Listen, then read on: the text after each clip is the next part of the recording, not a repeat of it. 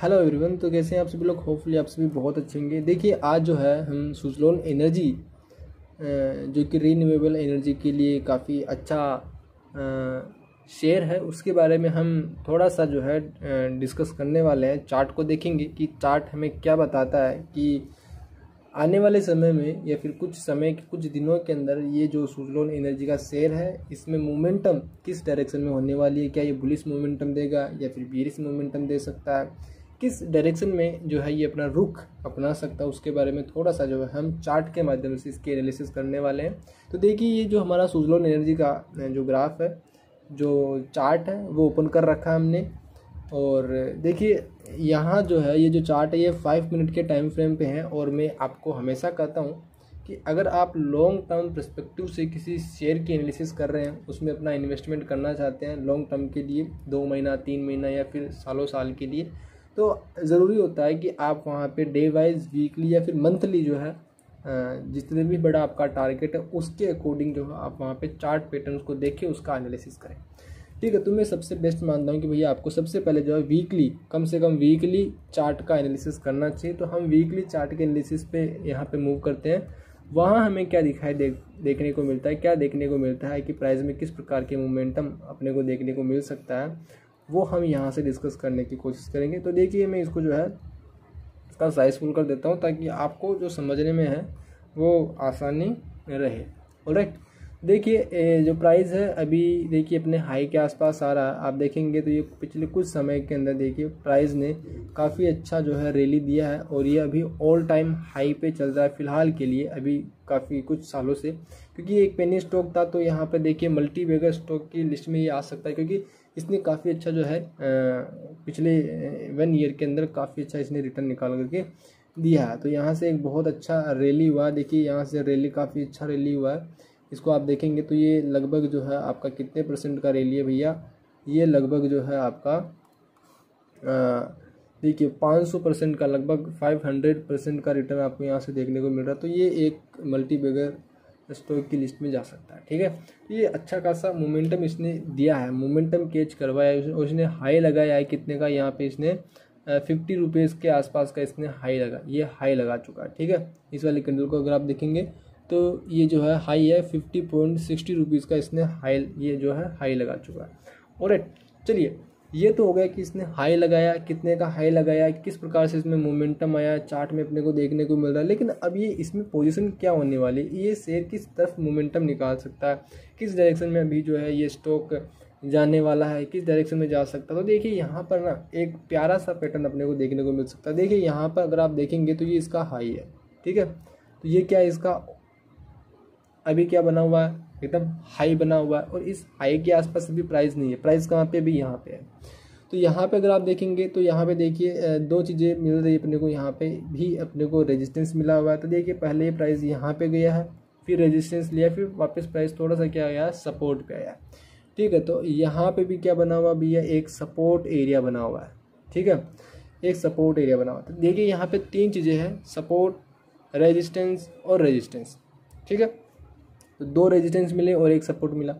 तो यहाँ से प्राइस ने मोमेंटम दिया है। देखिए यहाँ से क्या हो रहा है अपने को, देखिए ग्राफ बहुत इजी बन रहा है, बहुत आसान बन रहा है कि आने वाले समय में इसमें क्या मोमेंटम मिल सकता है वो समझना। देखिए यहाँ पे सपोर्ट पे गया है पूरा। ठीक है, फिर यहाँ से प्राइस ने मोमेंटम दिया और कहाँ तक गया, अपने हाई तक गया, जो कि रेजिस्टेंस का काम कर रहा है अपने के अंदर। फिर वापस से देखिए वापस से उसी सपोर्ट पे आया है जहाँ पहले इसने सपोर्ट लिया था यहाँ पे। ठीक है ना, उसी सपोर्ट पे आया, फिर वापस ये उसी रेजिस्टेंस पे जा रहा है। ठीक है, और यहाँ पे एक क्या बना रहा है भैया, एक रिजेक्शन कैंडल बना रहा है। ध्यान देने की बात है यहाँ पे कि इसने यहाँ पे एक रिजेक्शन कैंडल बनाई है। ठीक है, रिजेक्शन कैंडल बनाई है।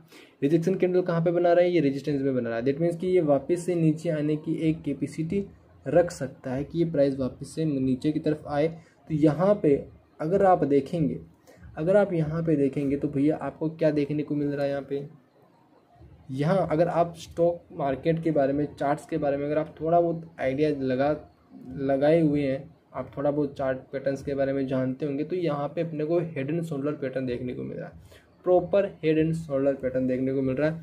तो यहाँ पे देखिए दोनों का रेजिस्टेंस सेम आ रहा है, यहाँ पर भी सेम आया है ना। तो प्रॉपर अपने को हेड एंड शोल्डर पैटर्न बनता हुआ नज़र आ सकता है। अगर ये सिचुएशन बनी ना कि ये वाली जो कैंडल बनी, ये एक रिजेक्शन कैंडल बनी हुई हो और उसके बाद प्राइस में अगर वापस से डाउनफॉल आया, यहाँ तक आया है, तो ये प्राइस में कुछ कंडीशन हो सकती है। कुछ कंडीशन कैसे, मैं कुछ कंडीशन क्यों बता रहा हूँ कि मान लीजिए अगर प्राइस यहाँ से यहाँ तक आया, इसने रिवर्सल दिया यहाँ तक का, तो प्राइस में जो है मोमेंटम अभी जो मेरे को फिलहाल दिख रहा है वो दिख रहा है कि भैया इसमें प्राइस में जो मोमेंटम है वो आपको यहाँ से यहाँ तक का देखने को मिल सकता है। दैट मीन्स कि ये इस वाले सपोर्ट के आसपास आने की पूरी कोशिश कर सकता है। कितने पे, इस वाले सपोर्ट पे आने की ये कोशिश कर सकता है कि ये प्राइस जो है यहाँ से यहाँ तक का मोमेंटम ले, यानी कि 23 रुपये या फिर 26 से 23 रुपये तक ये गिर सकता है। ठीक है, तो यहाँ पे थोड़ा सा नज़र बनाए रखिए आपकी प्राइस में अभी फॉल आने जैसी सिचुएशन बन सकती है। क्यों बन सकती है? क्योंकि मैंने आपको बताया, मैंने अपना पॉइंट जो है वो आप लोगों के सामने रखा कि यहाँ पे एक हेड एंड शोल्डर पैटर्न अपने को बनता हुआ दिखाई दे सकता है, जो कि यहाँ पे अपन ने देखा। अब सिचुएशन देखिए यहाँ पे कुछ और भी हो सकती है। कुछ और सिचुएशन कैसे हो सकती है? इसीलिए देखिए जब मार्केट होता है, लाइव मार्केट चलता है, तो उसमें सिचुएशंस जो है वो चेंज होती रहती है। ये हम अपनी तरफ से जो है आइडिया लगा कर चलते हैं। तो जब मार्केट अपनी सिचुएशंस के, अपनी फेवरेबल सिचुएशन के अकॉर्डिंग चल रहा होता है, तो अपने को फिर वहाँ पे डिसीजंस लेने होते हैं। ठीक है ना, इसी वजह से। ठीक है, तो मार्केट गया, यहाँ पे हेड एंड शोल्डर पैटर्न बनाया। अब मार्केट मान लीजिए यहाँ पे कुछ समय रेजिस्टेंस के आसपास इस प्रकार से मूव करता हुआ अपने को नजर आया कुछ समय के लिए। ठीक है, इसका मतलब ये हो रहा है कि यहाँ पर ना एक सिचुएशन ऐसी बन रही है कि यहाँ पे एक सेलिंग बाइंग जोन है। ये बायर्स क्या हो सकते हैं, अब यहाँ पे एक्टिव हो सकते हैं, क्योंकि इनको पता चल रहा है कि भैया मार्केट जो है ये अपने रेजिस्टेंस के आसपास काफ़ी समय से ये अपना टाइम स्पेंड कर रहा है। दैट मीन्स कि इसको ब्रेक करने के लिए फेवरेबल सिचुएशन प्रोवाइड करवा रहा है। ठीक है, और फाइनली जब ये इस रेजिस्टेंस को ब्रेक करेगा तो ये वापस से जो है यहाँ से यहाँ तक जाने के लिए एक कैपेसिटी रख सकता है, यहाँ से यहाँ तक का एक बुलिश मोमेंटम दे सकता है। ठीक है ना, पहली सिचुएशन। अगर ये सिचुएशन अपने को नजर आए तो अपने को बुलिश की तरफ सोचना, अदरवाइज अपने को एक रिजेक्शन की तरफ ही ज़्यादा चांसेस मिल रहा है कि अपने को एक रिजेक्शन मिल सकता है। यहाँ से यहाँ तक वापस सपोर्ट के लिए अपने को एक करेक्शन देखने को मिल सकता है। ठीक है, और दूसरी सिचुएशन में क्या दिखा रहा हूँ आपको, एक सिचुएशन ये हो सकती है कि ये प्राइस यहाँ से यहाँ तक वापस रिजेक्शन ले। ठीक है, और उसके बाद अपने को डिसीजन लेना है कि अपने को नीचे प्राइस जो है इसका मोमेंटम नीचे की तरफ आने वाला है, ब्रेकआउट होने वाला है, या फिर जो प्राइस वापस से ऊपर की तरफ जाने वाला। तो देखिए प्राइस वापस से सिंपल सा है कि प्राइस अगर यहाँ पे अपने सपोर्ट पे टाइम स्पेंड कर रहा हो, ठीक है, अपने सपोर्ट पे क्या कर रहा हो भैया, लगातार टाइम स्पेंड कर रहा हो कुछ समय के लिए, कुछ दिनों के लिए, अगर ये यहीं पे अपना टाइम स्पेंड करता है, ठीक है, तो ये एक इम्पोर्टेंट जोन बन जाता है। उसके बाद क्या बन जाता है, ये एक इम्पोर्टेंट जोन बन जाता है। तो उसके बाद इस इम्पोर्टेंट जोन से जिस भी डायरेक्शन के अंदर प्राइस के अंदर प्राइस में मोमेंटम दिखता है, मान लीजिए ये जो प्राइस है ये ऊपर की तरफ अगर ब्रेकआउट हुआ तो प्राइस में वापस से बुलिश मोमेंटम आ सकता है। ठीक है, लेकिन बाई चांस अगर ये जो प्राइस है ये वापस से नीचे की तरफ निकल गया, ठीक है, नीचे की तरफ निकल गया, तो यहाँ पे एक बहुत ही अच्छा ब्रेकआउट आ सकता है। ठीक है, ब्रेकआउट आ सकता है किसका, इस हेड एंड शोल्डर पैटर्न का, और प्राइस में जो फॉल आने वाला उस फॉल आने के चांसेस, ठीक है, कितना हो सकता है, यहाँ से यहाँ तक का, कि ये इस वाले सपोर्ट तक आने की ये पूरी कोशिश कर सकता है। ठीक है, तो ये था हमारा सुज़लोन एनर्जी के अंदर वीकली चार्ट का एक एनालिसिस जो मैंने आप लोगों को यहाँ पे बताया। ठीक है, और डे वाइज क्या हो सकता है, देखिए तो डे वाइज अगर आप देखेंगे ना तो डे वाइज में भी यही आपको देखने को मिलेगा जो यहाँ पे आपको देखने को मिला। तो देखिए जितने बड़े टाइम फ्रेम पे आप देखेंगे वहाँ पे फ्लक्चुएशंस आपको बहुत ज़्यादा देखने को मिलते हैं। वहाँ पे जो चार्ट को में जो है कन्फ्यूजन वो ज़्यादा आपको देखने को मिलेगा, वहाँ पे फेक सिग्नल्स आपको ज़्यादा देखने को मिलेंगे, और जितने बड़े टाइम फ्रेम पे आप देखेंगे आपको फेक सिग्नल्स उतने ही कम इंटेंसिव तरीके से आपको देखने को मिलेंगे, एक्यूरेसी वहाँ पे ज़्यादा होती है। इसलिए वीकली चार्ट को अगर आप 3-4 महीने का या फिर 2 से 3 महीने का अगर आप टाइम लेकर के चल रहे हैं तो वो आपके वीकली चार्ट के लिए एक बेस्ट होगा कि आप वीकली चार्ट को ही एनालिसिस करके वहाँ पे आप इन्वेस्टमेंट करें। ठीक है, तो यहाँ पर भी अगर आप देखेंगे तो देखिए यहाँ पे भी एक प्राइस रिजेक्शन मिल रहा है, ये जो पार्ट आ रहा है यहाँ पे प्राइस रिजेक्शन मिल रहा है। क्या बन रहा है यहाँ पे, देखिए एक डोजी कैंडल अपने को देखने को मिल रहा है। तो ये क्या मिल रहा है अपने को, एक प्राइस रिजेक्शन मिल रहा है। ऊपर की तरफ क्या होता है, ये ग्रेवस्टोन डोजी होता है। ठीक है, ये ग्रेवस्टोन डोजी अगर इसका लो ब्रेक करता है तो इसमें कोई डाउट नहीं होगा कि प्राइस वापस से डाउन जो है बीरिश मोमेंटम में जाएगा और सपोर्ट तक जाएगा, ये कंफर्म हो जाएगा। ठीक है, तो ये इस वाली जो ग्रेवस्टोन डोजी है इस पर आप थोड़ा सा ध्यान दीजिएगा, क्योंकि ये ग्रेवस्टोन डोजी काफ़ी इंपॉर्टेंट डोजी होती है। अगर ये रेजिस्टेंस पे बनती है तो फिर इसमें डाउनफॉल वापस से आपको देखने को मिल सकता है। ठीक है, तो ये मैंने आपको, क्योंकि देखिए यहाँ पर भी आपको एक रिजेक्शन कैंडल दिख रही है, वीकली चार्ट पे भी आप जाएंगे तो वीकली चार्ट पे भी आपको एक रिजेक्शन कैंडल देखने को मिल रही है। ये क्या देखने को मिल रहा है आपको, हम्मर टाइप में देखने को मिल रहा है, तो ये हम्मर आपको देखने को मिल गया, तो ये भी एक रिजेक्शन कैंडल है। और डे वाइज भी आप चल रहे हैं तो डे वाइज भी आपको ग्रेवस्टोन डोजी जो कि एक रिजेक्शन कैंडल होती है वो भी आपको यहाँ पे देखने को मिल रही है।